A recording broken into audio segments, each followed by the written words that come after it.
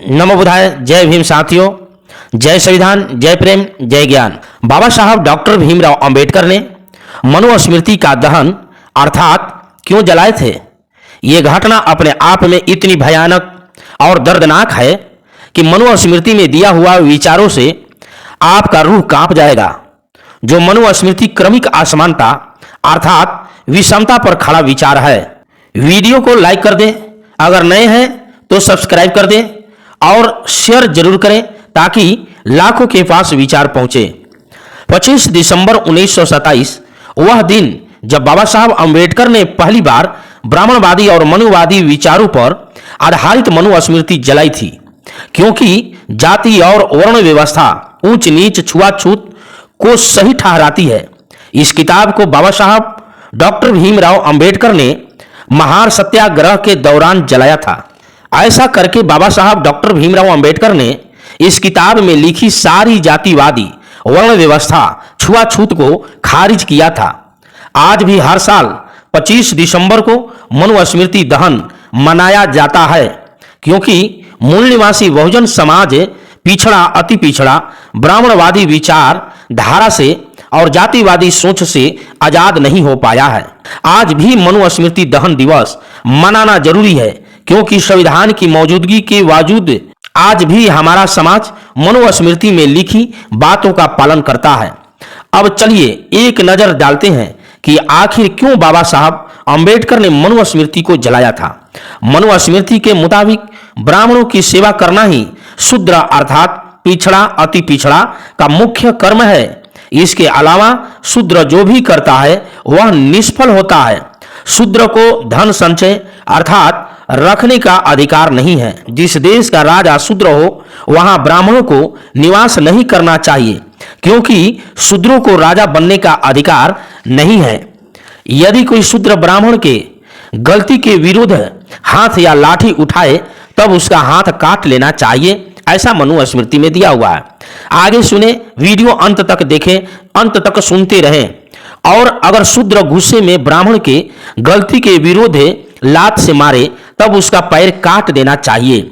शूद्रों के पास शिक्षा का अधिकार अर्थात पढ़ने तथा पढ़ाने का अधिकार नहीं होना चाहिए।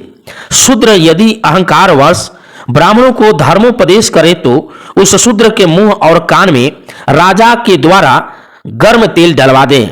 271-272 में देखें। शूद्र को भोजन के लिए जूठा अन्न, पहनने के पुराने वस्त्र, बिछाने के लिए धान का पुआल और फटे पुराने वस्त्र देना चाहिए। 10-125-26 में देखें। 10 वर्ष के ब्राह्मण को 90 वर्ष का क्षत्रिय वैश्य और शूद्र पिता समान समझकर उसे प्रणाम करें। यदि यज्ञ अपूर्ण रह जाए तो वैश्य की असमर्थता में शूद्र धन यज्ञ करने के लिए छीन लेना चाहिए। ब्रह्मा ने शूद्रों के लिए एकमात्र कर्म निश्चित किया है, वह है गुणगान करते हुए ब्राह्मण, क्षत्रिय और वैश्य की सेवा करें। मनुस्मृति में लिखी गई ये सिर्फ और सिर्फ घोर जातिवादी बातें हैं जो बताई गई है। यह मनुस्मृति पूरी किताब ऐसे ही जातिवादी मानसिकता के आधार पर रची गई है, जो सिर्फ ब्राह्मणों को सारे अधिकार देती है।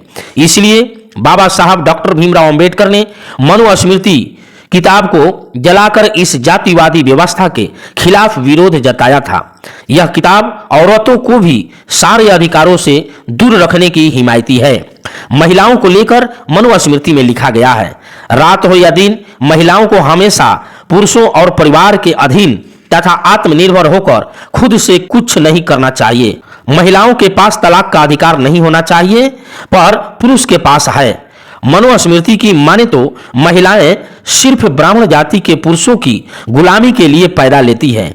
ये बातें मनु के विचारों को बस एक भी हिस्सा भर नहीं है। महिलाओं को पढ़ने का अधिकार नहीं होना चाहिए, क्योंकि महिलाएं अपवित्र हैं, पवित्र नहीं है। इसी मनुस्मृति के कारण शिक्षा, रोजगार, राजनीतिक क्षेत्र में, सामाजिक क्षेत्र में, आर्थिक क्षेत्र में हर जगह आज भी जाति के आधार पर भेदभाव, उत्पीड़न और शोषण जारी है। जातिगत भेदभाव के कारण रोहित वेमुला, पायल ताड़वी की संस्थानिक हत्या हुई।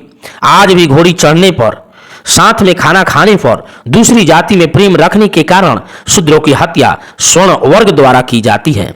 ऐसे में यह मनुस्मृति नाम की किताब आज भी हमारे बीच मौजूद है, जिसके मुताबिक इंसान होने का अधिकार केवल और केवल ब्राह्मण पुरुषों के पास ही है। जो ग्रंथ किसी के इंसान होने के मूलभूत अधिकार से ही वंचित करता है, उसका दहन दिवस उत्सव ही होना चाहिए। धन्यवाद। जय प्रेम, जय ज्ञान, जय भीम, जय संविधान।